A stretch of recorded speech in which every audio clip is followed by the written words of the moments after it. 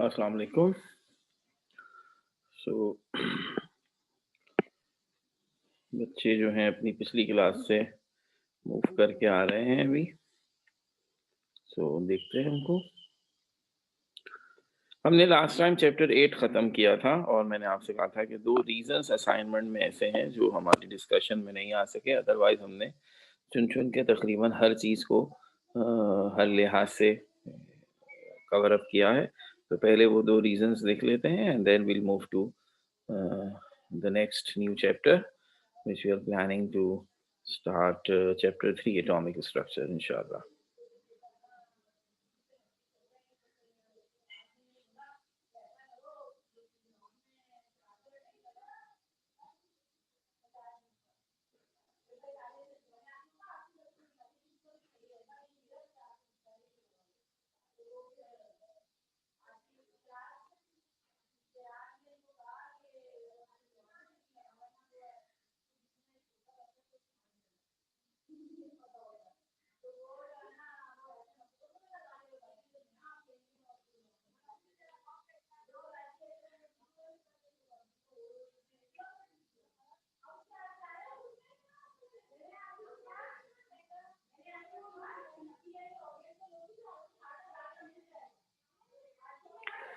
So let's start.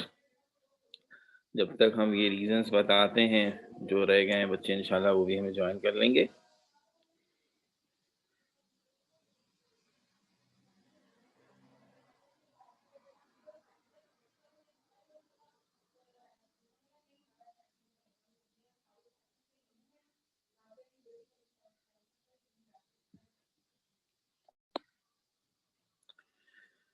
So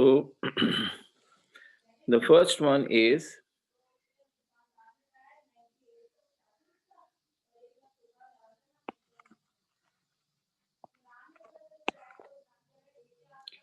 combustion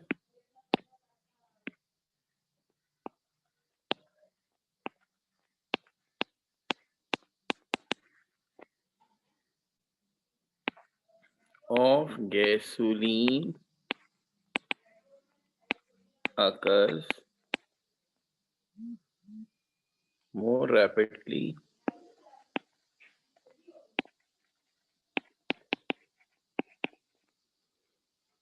in an internal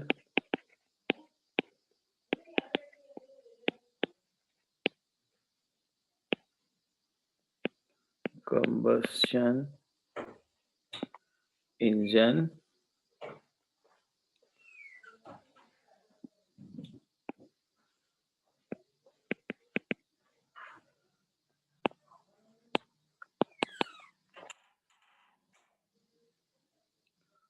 than in an open container.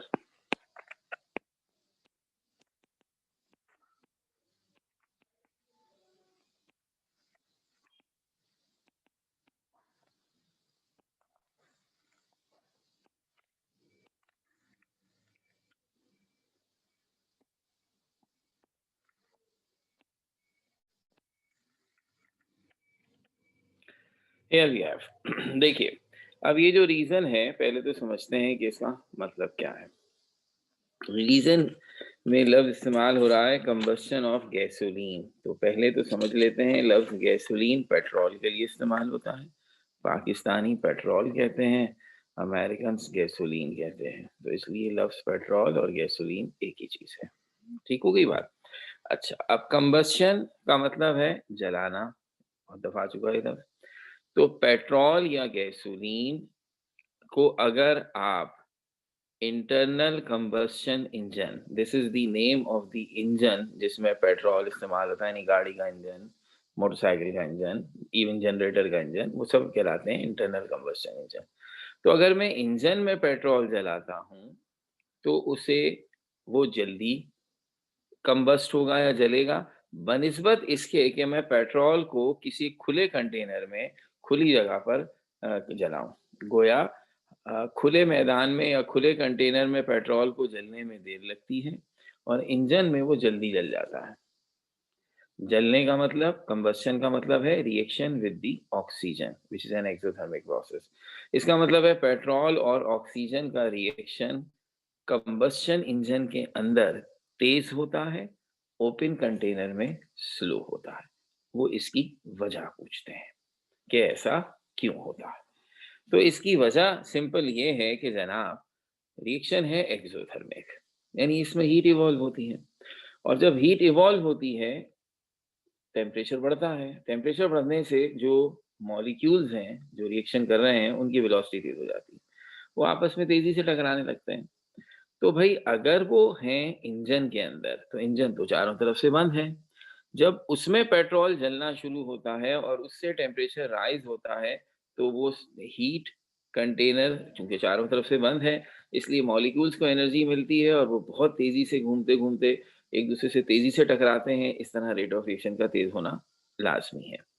जबकि अगर मैं petrol को खुली हवा में जलाता हूं, तो उसमें ये होगा कि जब वो जलकर हीट बनाएगा तो वो हीट तो चारों तरफ डिसिपेट हो जाएगी, खुली जगह है, वो वहीं थोड़ी रहेगी, वो तो आसपास की इन्वायरमेंट में चली जाएगी।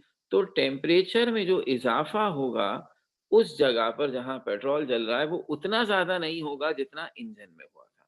इसका मतलब है इंजन में का जब गैसोलीन जलता है तो टेम्परेचर का राइज ज्यादा है, ओपन कंटेनर में जलता है तो कम है। और आपने पढ़ रखा है टेम्परेचर बढ़ेगा तो रेट ऑफ रिएक्शन बढ़ेगा, टेम्परेचर जितना ज्यादा बढ़ेगा उतना ज्यादा रेट ऑफ रिएक्शन बढ़ेगा। तो अब इस बात को किस तरह से हम लिखेंगे, आइए देखते हैं। In internal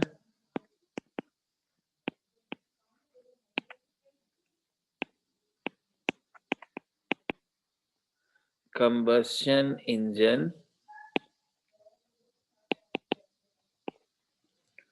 the temperature is higher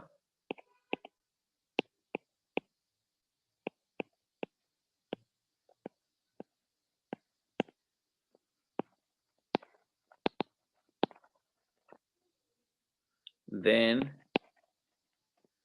in open container। Engine चारों तरफ से बंद है, वहां जो भी हीट बनती है वो इनसाइड द इंजन ही ज्यादातर ट्रैप हो जाती है। जो मॉलिक्यूल्स उस एनर्जी को हासिल करते हैं वो उसी बंद जगह पर हैं, और तेजी से मूव करेंगे तो जाहिर सी बात है आपस में बेतहाशा दफा टकराएंगे। ओपन कंटेनर में अगर मॉलिक्यूल्स को हीट मिलती है तो वो तो डिसिपेट होके जहां दिल चाहेगा वहां भाग जाएंगे, चारों तरफ फैल जाएंगे। तो उससे उनके टकराने पर इसलिए फर्क नहीं पड़ेगा कि वो तो वहां है ही नहीं जहां रिएक्शन हो रहा है, वो तो भाग गए। तो इसलिए ओपन कंटेनर के मुकाबले में इंजन के अंदर टेम्परेचर तेज ज्यादा राइज करेगा, जिससे क्या होगा, there is more collision among molecules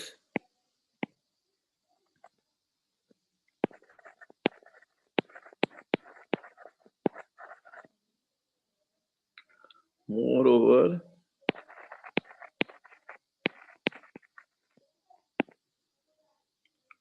the fraction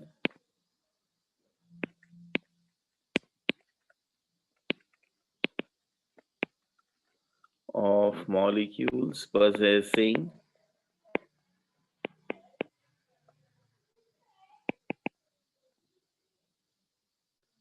activation energy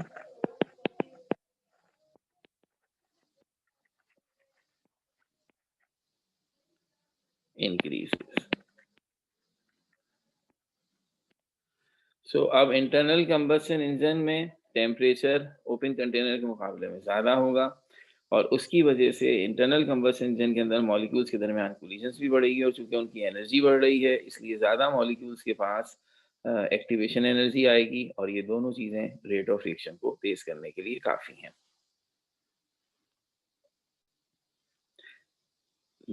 Therefore,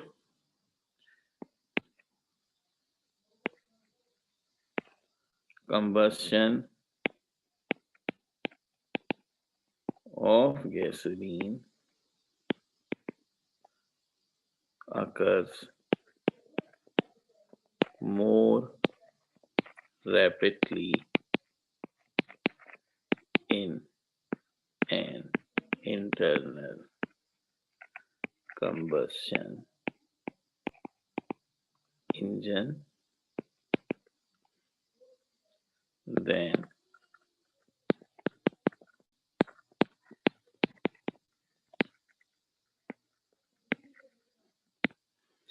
तो अब ये पहला। इसी तरह एक और रीजन है, इम्तिहान में बहुत आए हैं ये भी, और अब जो लिखने जा रहा हूँ वो भी, और ये बुक में है, बुक के असाइनमेंट में है। तो अब इसको देख लेते हैं। ये रीजन नंबर 2, और ये कहता है unless ignited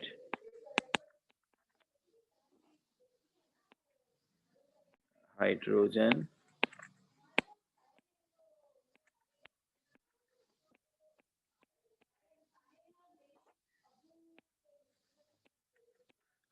does not react with oxygen of the air, but a stream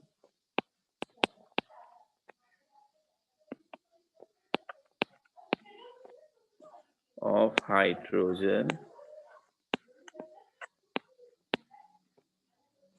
passed over platinum was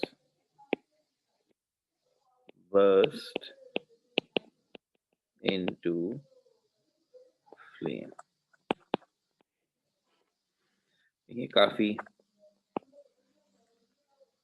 लंबा चौड़ा स्टेटमेंट है, और असल चीज ही यही है कि first you have to understand कि ये कह क्या रहे हैं, फिर उसके बाद हम जवाब के बारे में सोच पाएंगे ना। तो सबसे पहली बात तो ये समझनी है कि ये लिखा क्या है। Unless ignited hydrogen does not react with oxygen of the air. इसका क्या मतलब है? देखिए, हाइड्रोजन एक फ्यूल है, बिल्कुल उसी तरह जैसे पेट्रोल एक फ्यूल है, सुई गैस एक फ्यूल है। तो जरा सुई गैस से सोचिए, आप घर में अपना चूल्हा खोलते हैं, उसमें से सुई गैस निकलती है, ठीक है, आई कैन स्मेल इट। तो जलती तो नहीं है वो, हालांकि किचन में ऑक्सीजन है, आप सांस ले रहे हैं, और जलने का मतलब है कि सुई गैस और ऑक्सीजन आपस में रिएक्शन करें। वो रिएक्शन नहीं करते वो, जब तक आप माचिस की तीली या लाइटर ना दिखाएं उसको जलाकर। तो हम उसको लफ्ज को क्या कहते हैं? इग्नाइट करना। तो हम माचिस की तीली जलाकर जैसे ही सुई गैस के करीब लेके आते हैं, एकदम भड़क जाती है, या लाइटर से वो एकदम भड़क जाती है। तो इस बात को कि जब तक किसी फ्यूल को थोड़ी सी एनर्जी देकर, वो उसकी एनर्जी ऑफ एक्टिवेशन है बेसिकली, ना दी जाए, रिएक्शन शुरू नहीं होता। यही हाइड्रोजन का हिसाब है। अगर जिस कमरे में इस वक्त आप बैठे हैं उस पूरे कमरे में हाइड्रोजन भी भर दें हम, ऑक्सीजन तो है ही ना, तभी तो हम सांस ले रहे हैं। तो हाइड्रोजन ऑक्सीजन के साथ सारी जिंदगी गुजार देगी, लेकिन रिएक्शन नहीं करेगी। इन दोनों के रिएक्शन से क्या बनता है? पानी। और ये रिएक्शन भी बहुत एक्सोथर्मिक है, बहुत जबरदस्त हीट बनती है, लेकिन नहीं बनेगी। हाँ, अगर आप उस कमरे में जिसमें हाइड्रोजन मौजूद है ऑक्सीजन के साथ गलती से भी माचिस की तीली जला दें, सिगरेट सुलगा दें, लाइटर जला दें, एकदम से सारी हाइड्रोजन भड़क उठेगी। तो इस बात का ये मतलब है कि हाइड्रोजन ऑक्सीजन के साथ उस वक्त तक रिएक्शन नहीं करती जब तक आप उसे इग्नाइट ना करें। तो अगर आप ये श्योरिटी दे दें कि हम इग्नाइट नहीं करेंगे तो हाइड्रोजन और ऑक्सीजन एक साथ एक कमरे में सारी जिंदगी गुजार देंगे, नो प्रॉब्लम। ठीक है, अब क्या कह रहे हैं? But a stream of hydrogen passed over platinum Gauss burst into flame. लेकिन अगर उस कमरे में कोई इग्नाइट नहीं कर रहा, लेकिन अगर उस कमरे में जहां हाइड्रोजन और ऑक्सीजन मौजूद है, प्लाटिनम की बनी हुई कोई भी चीज पड़ी हुई हो। प्लाटिनम गोल्ड की तरह बहुत ही महंगा किस्म का मेटल है, इवन गोल्ड से भी थोड़ा महंगा होता है। तो प्लाटिनम की जालियां, हमने प्लाटिनम गॉज जो कहा है वो प्लाटिनम की जालियां, लेकिन मतलब है प्लाटिनम की बनी हुई कोई भी चीज मौजूद है। तो जिस जगह वो प्लाटिनम की गॉज या प्लाटिनम की बनी हुई कोई चीज मौजूद है, जैसे ही हाइड्रोजन प्लाटिनम से टकराएगी वहां एकदम से भड़क कर आग लग जाएगी। इसका मतलब है प्लाटिनम ने हाइड्रोजन और ऑक्सीजन का रिएक्शन करवा दिया। भाई ये रिएक्शन तो उस वक्त तक नहीं हो सकता था जब तक हम इग्नाइट ना करें। इग्नाइट तो किसी ने नहीं किया, तो आखिर इस प्लाटिनम ने किया क्या है कि जो हाइड्रोजन ऑक्सीजन से रिएक्शन नहीं कर रही थी वो एकदम से रिएक्शन करने लग गई। तो अब जवाब ये है कि प्लाटिनम इस रिएक्शन का कैटलिस्ट है, और पॉजिटिव कैटलिस्ट है। क्या करता है पॉजिटिव कैटलिस्ट? एक्टिवेशन एनर्जी को कम कर देता है। तो जब तक प्लाटिनम नहीं है, हाइड्रोजन और ऑक्सीजन के रिएक्शन की एक्टिवेशन एनर्जी इतनी ज़्यादा है कि जब तक हम कहीं से आग ना दिखाएँ, ये रिएक्शन करने वाले नहीं हैं। लेकिन प्लाटिनम की वजह से ये एक्टिवेशन एनर्जी इतनी कम हो जाती है कि फिर किसी को इग्नाइट करने की ज़रूरत नहीं है। रूम टेम्परेचर पर ही हाइड्रोजन और ऑक्सीजन के साथ फ़ौरन रिएक्शन करके भड़क उठेगी, आग लगा देगी। तो इस रीज़न में आपको ये महसूस करना है या पॉइंट आउट करना था कि प्लाटिनम था कैटलिस्ट और उसने की एनर्जी ऑफ एक्टिवेशन डिक्रीज़। तो प्लाटिनम की गॉज़, प्लाटिनम की जालियाँ या प्लाटिनम की बनी हुई कोई भी चीज़ जहाँ होगी, वहाँ हाइड्रोजन को इग्नाइट करने की ज़रूरत नहीं है, वो फ़ौरन ऑक्सीजन के साथ रिएक्शन करके आग लगा देगी। तो अब ये बात हम यहाँ लिखते हैं।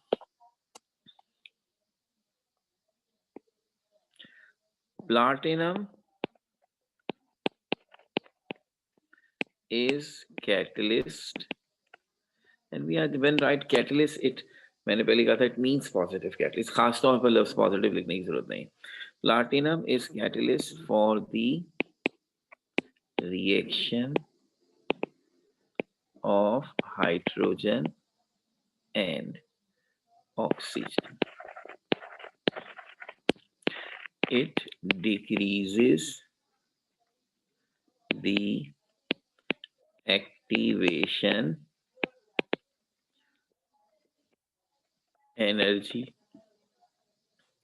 It decreases the activation energy of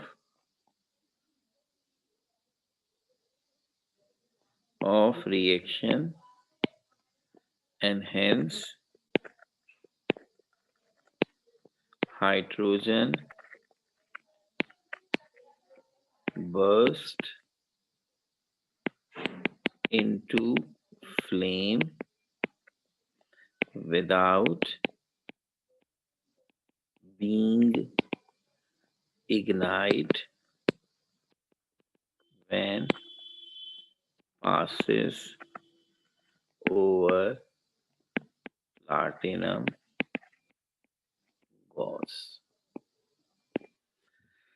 So platinum is a catalyst for the reaction of hydrogen and oxygen. It decreases the activation energy of reaction, and hence hydrogen bursts into flame without being ignited when passes over platinum gauze. तो ये दो छोटे-छोटे reasons थे। जाहिर सी बात है कुछ language ऐसी थी इनकी कि they need a separate explanation. That's why पिछली दफा क्लास खत्म करते-करते मैंने फौरन ये लपेटने की कोशिश नहीं की, क्योंकि आई नो कि ये कुछ बातें इस रीजन में ऐसी हैं जो ज़रा समझाने में, क्वेश्चन ही समझाने में टाइम लगता है। बहरहाल, now this all over, this is all about chapter 8 1 2 और 5 8। अब ये 8 में से 4 चैप्टर हमने खत्म कर दिए, exactly the half portion of the book.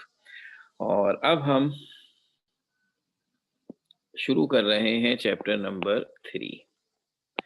जैसे चैप्टर 2 अगर आपको याद होगा, सबसे पहले हमने वही शुरू किया था। It takes too much time क्योंकि बहुत बड़ा चैप्टर था। तो इतना ही कुछ बड़ा चैप्टर ये एटॉमिक स्ट्रक्चर भी है। हमारी किताब के 2 बड़े चैप्टर हैं, जो हम कहते हैं कि ऑलमोस्ट 40 टू 45% पूरे पेपर का भी और किताब का भी कवर किए हुए हैं। वो चैप्टर 2 और चैप्टर 3 हैं। 2 पढ़ चुके आप, 3 अब हम पढ़ेंगे। हाँ, उतना टाइम नहीं लगेगा जितना 3 में लगा था, जितना चैप्टर 2 में लगा था, क्योंकि वो हमारा पहला भी चैप्टर था, तो हम बहुत सारी बेसिक्स बातें बताने के चक्कर में उससे ज़रा और डिटेल में पढ़ा देते। यहाँ बहरहाल इस वजह से भी कम लगेगा कि ये एक ही टॉपिक है, एटॉमिक स्ट्रक्चर। उस चैप्टर में 3 अलग-अलग टॉपिक थे, गैसेस अलग, सॉलिड अलग, लिक्विड अलग, तो ज़रा ज़्यादा उसमें समझाने का मवाद होता था। बहरहाल अब देख लेते हैं कितने वक़्त लगता है इस पे। एटॉमिक स्ट्रक्चर भी जन अपने चैप्टर 2 की तरह जो हमें सिलेबस बोर्ड की तरफ से मिलता है, पेपर का पैटर्न, उसके मुताबिक इसमें से 18 मार्क्स तक का, 18 से 20 मार्क्स तक के क्वेश्चंस का कंट्रीब्यूशन आता है थ्रू आउट। सेक्शन ए जो कि एमसीक्यूज है, शॉर्ट क्वेश्चन, लॉन्ग क्वेश्चन सब मिलाकर, तो इस लिहाज से हेल्दी चैप्टर है। अब है क्या, अगर लफ्ज नाम देखें तो नाम है स्ट्रक्चर ऑफ एटम। ये चैप्टर इस लिहाज से बड़ा ही दिलचस्प चैप्टर है कि अगर इसमें मैं सही तरीके से अपनी बात कम्युनिकेट करने में कामयाब हो जाऊं, तो बहुत सारे बच्चों की साइंस में दिलचस्पी, शौक इस चैप्टर की वजह से बनता है। उनमें से एक बच्चा मैं खुद भी हूँ। यानी जिस ज़माने में मैं पढ़ रहा था, उस वक़्त मेरे उस्तादों ने ये हक अदा किया और इस चैप्टर को जिस तरह से पढ़ाया था, तो मेरे अंदर बड़ा तजस्सुस, ये वो चैप्टर था जिसने मुझे केमिस्ट्री या कि ये साइंस की तरफ राग़िब किया, वरना था तो मैं भी निकम्मा ही। तो ये चैप्टर में कुछ बातें ऐसी हैं कि अगर हम सही तरह से समझें, गौर से करें, तो साइंस में बड़ी दिलचस्पी आने लगती है। और एक दफ़ा आप एक चीज़ पर गौर करना शुरू करें, सारी बातें टीचर्स नहीं बताते। मैं एटॉमिक स्ट्रक्चर के बारे में जो कुछ जानता हूँ आज या जो कुछ मैंने पढ़ाना है आपको, उसमें से शायद 10% मैंने किसी टीचर से पढ़ा होगा। उसके बाद खुद से बुक पढ़ी, ये देखा, वो देखा, एक-एक बात अपने सवालों के जवाब ढूँढे, उसी में मज़ा आता है। बहरहाल देखते हैं अब मैं कितना कामयाब होता हूँ। एटॉमिक स्ट्रक्चर का मतलब है structure of atom. From the day 1 जब हमने चैप्टर नंबर 2 से अपनी केमिस्ट्री शुरू की थी, बारहा इस बात का तज़किरा किया जा चुका है कि एटम क्या है और उसमें क्या है, क्यों है, कैसा है, डेफिनिशन ये वो सब दोबारा हो जाएँगी। लेकिन सबसे अहम चीज़ जो नुक्ता है इस चैप्टर का वो क्या है? एटम आज तक किसी ने नहीं देखा। मैं फिर रिपीट कर दूँ, तमाम तर जिन लोगों को भी इस मामले में कोई खुशफ़हमी, गलतफ़हमी है, वो दूर हो जाए। एटम को आज तक किसी ने नहीं देखा। और एक जुमला और बढ़ा दूँ जिसका जवाब इसी चैप्टर में हमें मिलेगा, ना ही देख सकता है। ये बड़ी अजीब-सी बात है। तो अब इस पहले जुमले से ही जो 2-4 शोर मचते हैं दिमागों में, वो क्या हैं? पहला तो ये मचता है कि कुछ लोगों को होता है कि सर आपने भी एक दफ़ा कह दिया था और हमने फलाँ टीचर से भी सुना नहीं, एटम को तो अब देख लिया है, हमने हमारे पास बड़े अच्छे अब इंस्ट्रूमेंट हैं और ये और वो और हम तस्वीरें भी अब देखते हैं। तो पहले तो ये गलतफ़हमी मैं दूर कर दूँ।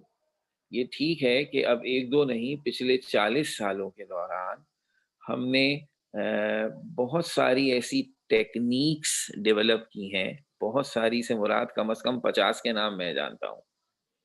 जानता इसलिए हूँ कि मैंने खुद पढ़ी हुई हैं। तो प इतनी सारी टेक्नीक्स ऐसी हैं जो डायरेक्ट जिनमें हमने एटम से इंटरैक्ट किया है। अच्छा, अब एटम से डायरेक्ट इंटरैक्ट करने का मतलब है क्या है, वो सब थोड़ी-सी तफ़सील इंशाल्लाह जब चैप्टर में आगे बढ़ेंगे तो हम आपको बताएँगे। जिससे हमने ये किया कि उन टेक्नीक्स की मदद से और कुछ कंप्यूटर ग्राफ़िक्स की मदद से हम एटम्स के इमेजेस बनाते हैं, जो किताबों में हम वही कंप्यूटर ग्राफ़िक्स छपते हैं। तो उसे एटम को देखना नहीं कह सकते, लेकिन ये ज़रूर कह सकते हैं कि वो जिस अंदाज़ से, जिस टेक्नीक से ये सब कुछ किया गया, उसके बाद किसी को ये शक नहीं रहा कि एटम है। क्योंकि जब मैंने ये कहा ना कि एटम को किसी ने देखा नहीं है, तो सबसे पहले एक बिचकाना ज़हन में ये बात आती है कि जब हमने एटम को देखा ही नहीं है, तो हम उसके बारे में इतनी सारी बातें कैसे कर लेते हैं? हमें कैसे पता चल जाता है इनके बारे में? तो बगैर देखे कैसे पता चल सकता है? ये जो छोटी-छोटी बातें दिमाग में आती हैं, उसके जवाब में हम ये कह देते हैं कि तकरीबन 40 साल पहले हमने बहुत सारी ऐसी टेक्नीक्स निकाली हैं, जिसमें हम डायरेक्ट एटम से इंटरैक्शन करने में कामयाब हुए और उस इंटरैक्शन के नतीजे में यूँ समझ लीजिए कि हमने एटम्स के शैडोज़ या इमेजेस हासिल किए हैं। लेकिन उसे देखना बहरहाल फिर भी नहीं कहेंगे। अच्छा, अब ये तो एक बात हो गई। सबके बारे में थोड़ी-थोड़ी बात बताएँगे। असल बात पर आते हैं। अगर फ़र्ज़ कर लेते हैं कि वो जो टेक्नीक्स पिछले 40 सालों में डेवलप हुई हैं, उसमें जो कुछ भी हुआ है उसको कोई कह दे कि सर हमें आपका ख़्याल गलत है, भई ये तो हमने एटम देख लिया। ठीक है, लड़ते नहीं हैं, हम आपकी भी बात मान लेते हैं। तो पॉइंट मेरा ये है, वो जो कुछ भी है, देखा है या नहीं, वो पिछले 40 सालों में है। और हम इस चैप्टर में आपको ये बताना चाहते हैं कि एटम के बारे में जितना कुछ आप जानते हैं, वो सारी मालूमात 100 साल पुरानी है। इस चैप्टर में हम एटम की जो तफ़सीलात आपसे शेयर करने वाले हैं, मैं भी बताऊँगा भी, वो सब 1920 तक की है, 100 साल पहले की। इसका मतलब है कि एटम के बारे में कि वो होता है, उस एटम के सेंटर का नाम है न्यूक्लियस, उस एटम में 3 तरह के पार्टिकल्स हैं जिनके नाम है इलेक्ट्रॉन, प्रोटॉन, न्यूट्रॉन। प्रोटॉन और न्यूट्रॉन एटम के न्यूक्लियस के अंदर होते हैं। इलेक्ट्रॉन न्यूक्लियस के बाहर ऑर्बिट में घूम रहे होते हैं। ये सारी बातें आज से 100 साल पुरानी हैं। तो कम से कम इनके लिए तो वो टेक्निक्स यूज नहीं हुई होंगी ना जो 40 साल पहले आई हैं। इसका मतलब है द क्वेश्चन इज, बिना किसी ऐसे इंस्ट्रूमेंट को इस्तेमाल किए जो एटम के ग्राफिक्स हासिल कर सकता था, आपने एटम के बारे में कैसे जाना? बगैर देखे एटम के बारे में ये सारी नॉलेज इंसानों ने कैसे हासिल की? ये वो इम्पोर्टेंट तरीन बात है जिसको हम इस चैप्टर में डिस्कस करने वाले हैं। चूंकि एटम का आइडिया साइंस का इंतहाई बुनियादी आइडिया है, चाहे साइंस बायोलॉजी हो, चाहे वो केमिस्ट्री हो, चाहे वो फिजिक्स हो, सब में मुख्तलिफ कॉन्सेप्ट समझाने के लिए हम एटम के आइडिया को इस्तेमाल करते हैं। इसलिए ये बहुत इंपॉर्टेंट बात है कि हमें ये पता हो कि पहली बात एटम है क्या, उसकी सारी खूबियां, और फिर दूसरी बात बगैर उसे देखे हमें ये सारी बातें कैसे पता चलें। जब आपने एटम को देखा ही नहीं तो आपको कैसे पता चल गया कि एटम के अंदर इलेक्ट्रॉन प्रोटॉन न्यूट्रॉन है? चलो, एटम के तो फिर इमेजेस कंप्यूटर की मदद से अब हमने निकाल लिए हैं, इलेक्ट्रॉन प्रोटॉन न्यूट्रॉन का तो ये भी काम नहीं किया जा सका। यानी देयर इज नो वे, किसी ने प्रोटॉन को नहीं देखा, ना ही प्रोटॉन का कोई इसके ये इमेज कंप्यूटर से और ऐसे वैसे कुछ भी नहीं, इम्पॉसिबल, ना इलेक्ट्रॉन ना न्यूट्रॉन। तो फिर कैसे पता चल गया कि ये है? अब आप सोचिए, जो केमिस्ट्री पढ़कर अब तक आ चुके हैं और जो आगे पढ़ेंगे उसमें भी, ओ भाई, हम तो इस तरह की बातें आपसे करते रहे हैं कि एक एटम, जैसे मिसाल के तौर पर कार्बन है, उसका एटॉमिक मास है 12, और ये भी कई दफा बात हो चुकी कि इस 12 का मतलब है कि उसके एटम में 6 प्रोटॉन और 6 न्यूट्रॉन होते हैं, दोनों को जमा करें 12 होगा। ओ भाई, जब एटम में प्रोटॉन न्यूट्रॉन आपने देखे ही नहीं है, आप तो गिनती करके कैसे बता देते हैं इसमें इतने, इसमें इतने? अजीब बात है ना। तो ये सारे जवाब इस चैप्टर में आपको मिलेंगे। ये पूरी दास्तान इस चैप्टर में हमने जमा की है, जो हमें ये सारी चीजें बताएगी। इस चैप्टर के 3 हिस्से हैं।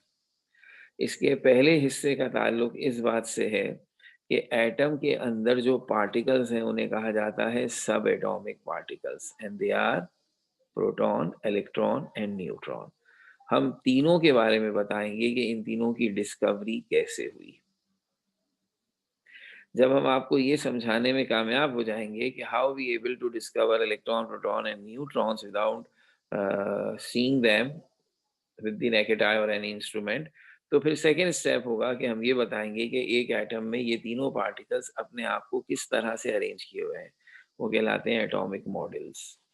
ये सेकेंड पार्ट होगा। और फिर थर्ड पार्ट में हम इस एटम के स्ट्रक्चर के बारे में जो कुछ जान गए होंगे उसे इस्तेमाल करके मुख्तलिफ काम करेंगे। साइंस में उनका क्या किरदार है, उससे क्या फ़ायदा उठाएँगे। इस तरह ये अच्छा खासा बड़ा चैप्टर है और 3 हिस्सों पर मुश्तमिल है। तो इन सारी बातों का जवाब हमें मिलेगा। अच्छा, ऐसा ही चैप्टर 9th में भी पढ़ा था और उसमें भी हमने कुछ बातें डिस्कस की थी। बात सारी ये है कि हम ये देखकर चीज़ें डिस्कस करेंगे कि जिन बच्चों को ये बातें समझाई जा रही हैं, वो साइंस में अब कितना कुछ जानते हैं और वो क्या-क्या चीज़ें आसानी से समझ सकते हैं। तो जिन चीज़ों को वो अब भी नहीं समझ सकते, उन्हें हम बड़े प्यार से डिस्कस ही नहीं करेंगे। तो देखते हैं कितना कुछ डिस्कस कर पाते हैं। सबसे पहले हम बात करना चाहेंगे इस बारे में, चलो देखा नहीं है आपने, इनडायरेक्टली दिमाग इस्तेमाल करके, साइंस की लॉजिक इस्तेमाल करके एटम के बारे में इनडायरेक्ट नॉलेज हासिल की होगी, जो भी तरीके हैं।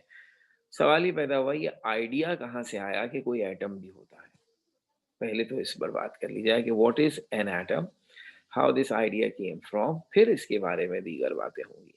तो सबसे पहली बात यह है कि लफ्ज एटम जो है वो ग्रीक लैंग्वेज के लफ्ज एटोमॉस से निकला है। ग्रीक लेटर एटोमॉस, जो छोटा हो गया एटम बन गया, ओएस उड़ गया इसका। और एटोमॉस का मतलब है इनडिवाइजिबल, ऐसा पार्टिकल जिसे हम मजीद डिवाइड नहीं कर सकते। और एटम की सबसे पहली डेफिनेशन, पुरानी डेफिनेशन ही यही थी।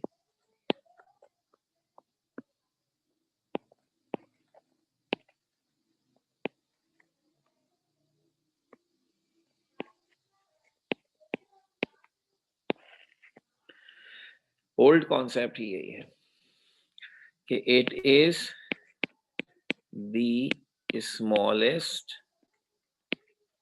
particle of matter which cannot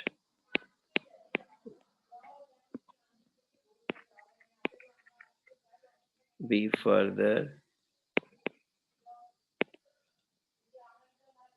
divided. ये है it is the smallest particle of matter which cannot be further divided. ये था पहला हिसाब किताब। और ये ओल्ड ग्रीक जो फिलोसोफर्स थे उन्होंने ये आइडिया दिया था। उनके ख्याल के मुताबिक, और बड़ा लॉजिकल, तो फिलॉसफी तो होती ही लॉजिक्स पर है ना।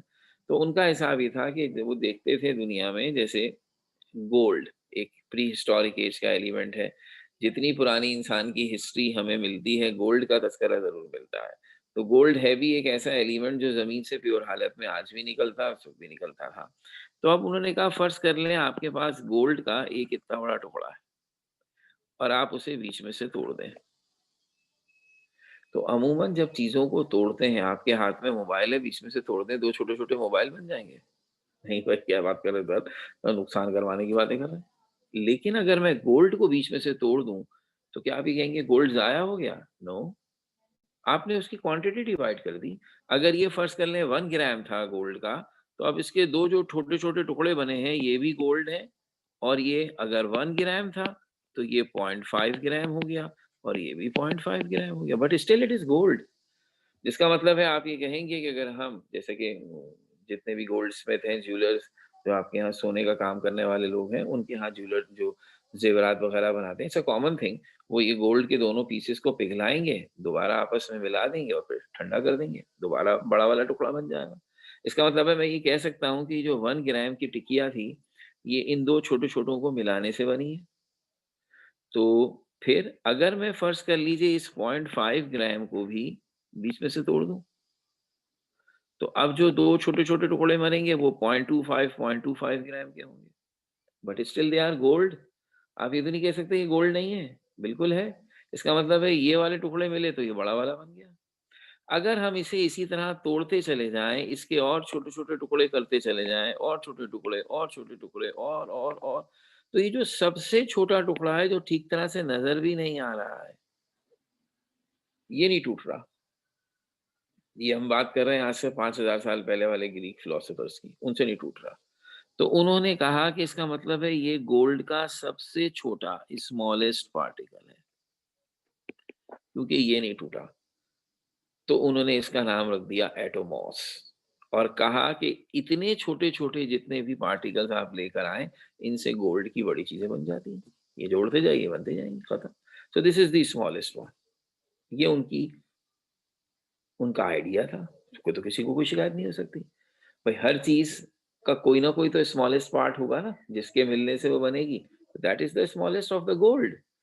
कार्बन एलिमेंट था, उसके साथ भी यही किया। कोयला जो था, सबसे छोटा जो उनसे बन सका। हाँ, अब हुआ ये कि थोड़े अरसे के बाद किसी ने इसको भी तोड़ दिया। जब उन्होंने इसको तोड़ दिया तो उन्होंने कहा फिलॉसफी उन्होंने तो बनाई थी ना, उनका था ओके भाई, इसका मतलब है लास्ट टाइम हमसे मिस्टेक हो गई थी। हमारी डेफिनेशन के मुताबिक वो सबसे छोटा पार्टिकल जो फर्दर डिवाइड नहीं होगा वो एटम है। तो अब अगर ये डिवाइड हो गया है तो फिर ये एटम नहीं था भाई, मिस्टेक हो गई। अब जो बना है, और अब उससे भी छोटा बना है, वो नहीं टूट रहा, उसको एटम कह दो। तो इस तरह उनका एटम का आइडिया डेवलप हुआ कि उन्होंने ये कह दिया कि जो सबसे छोटा होगा बस वही एटम है, और जो मजीद ना टूट सके। अरसा दराज तक ये आइडिया बस इसी तरह रॉ आइडिया चलता रहा। अपनी जाहिर सी बात है हम देख ही नहीं पाते थे उसको कि और कितना छोटा हो सकता है। लेकिन फिर आहिस्ता आहिस्ता हमने इसमें डेवलपमेंट की, और हमने कहा कि टूटने उठने की कहानी मत लाइए बीच में। यूं कहिए कि वो सबसे स्मॉलेस्ट पार्टिकल किसी भी एलिमेंट का जो उसका रिप्रेजेंटेटिव हो, उसकी सारी प्रॉपर्टीज रखे, और अगर आप उसे तोड़ देंगे तो फिर इसका मतलब है वो अपनी प्रॉपर्टीज को जाया कर देगा। यानी गोल्ड का एटम वो सबसे छोटा पार्टिकल होगा जिसमें गोल्ड की सारी खूबियां होंगी। और अगर आपने गोल्ड के एटम को तोड़ दिया तो इसका मतलब आपने गोल्ड को जाया कर दिया। तो इसका मतलब अब ये हो गया कि ये डिवाइजेबल तो है, मगर अगर एटम टूटेगा तो फिर वो अपनी प्रॉपर्टीज खत्म करके कोई और चीज बना लेगा। इस तरह से जो मॉडर्न कॉन्सेप्ट बना उसके मुताबिक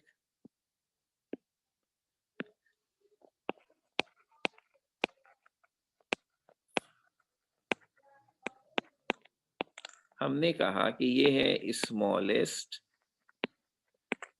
representative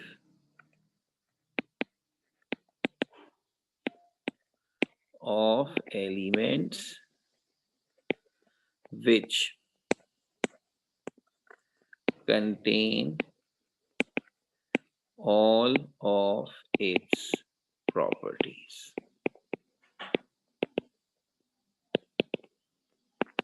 तो अब ये है वो सबसे छोटा पार्टिकल जो उस एटम की, उस एलिमेंट की सारी प्रॉपर्टीज रखता है। अब वो है कौन सा? क्योंकि ये तो आंख मचोली शुरू हो गई थी कि हमने गोल्ड का एक बहुत ही छोटा सा पार्टिकल बनाया, वो टूटा नहीं हमसे, हमने कहा यही है एटम। थोड़े अरसे बाद किसी ने नई टेक्नोलॉजी निकाली, उसको तोड़ दिया। अब जो जो छोटे छोटे बन रहे हैं, जो नजर भी बड़ी मुश्किलों से आ रहे हैं, बोला यही है एटम, फिर वो भी टूट गए। ये तो मजाक बन गया। तो इसलिए हमने इसको इस तरह से ब्लॉक किया कि इन चक्करों में ना पड़ो कि कौन है। बस ये ज़हन में रखिए, जो सबसे छोटा रिप्रेजेंटेटिव होगा, यानी ऐसा जिसके टूटने से उस एलिमेंट की प्रॉपर्टीज ही खत्म हो जाए, बस वो एटम है। इस तरह थ्योरेटिकल अंदाज से हमने एटम को इंट्रोड्यूस कर दिया। अब इससे जिस जगह से हम अपने चैप्टर को शुरू करना चाहते हैं, after giving you the atoms background knowledge, वो ये है कि मॉडर्न साइंस ने खास तौर पर 19th सेंचुरी के एंड में, यानी आज से तकरीबन 140-50 साल पहले, 1870s कह लीजिए, उस जमाने में पहली दफा कुछ ऐसे एक्सपेरिमेंट हमारे सामने हुए जिससे हमें ये इशारे मिले कि यस, एटम जिसको आपने स्मॉलेस्ट रिप्रेजेंट कहा था, उसके अंदर भी कुछ पार्टिकल्स मौजूद हैं। तो वो पार्टिकल्स जो एटम के अंदर मौजूद हैं, उनका नाम हमने रखा सब एटॉमिक पार्टिकल्स।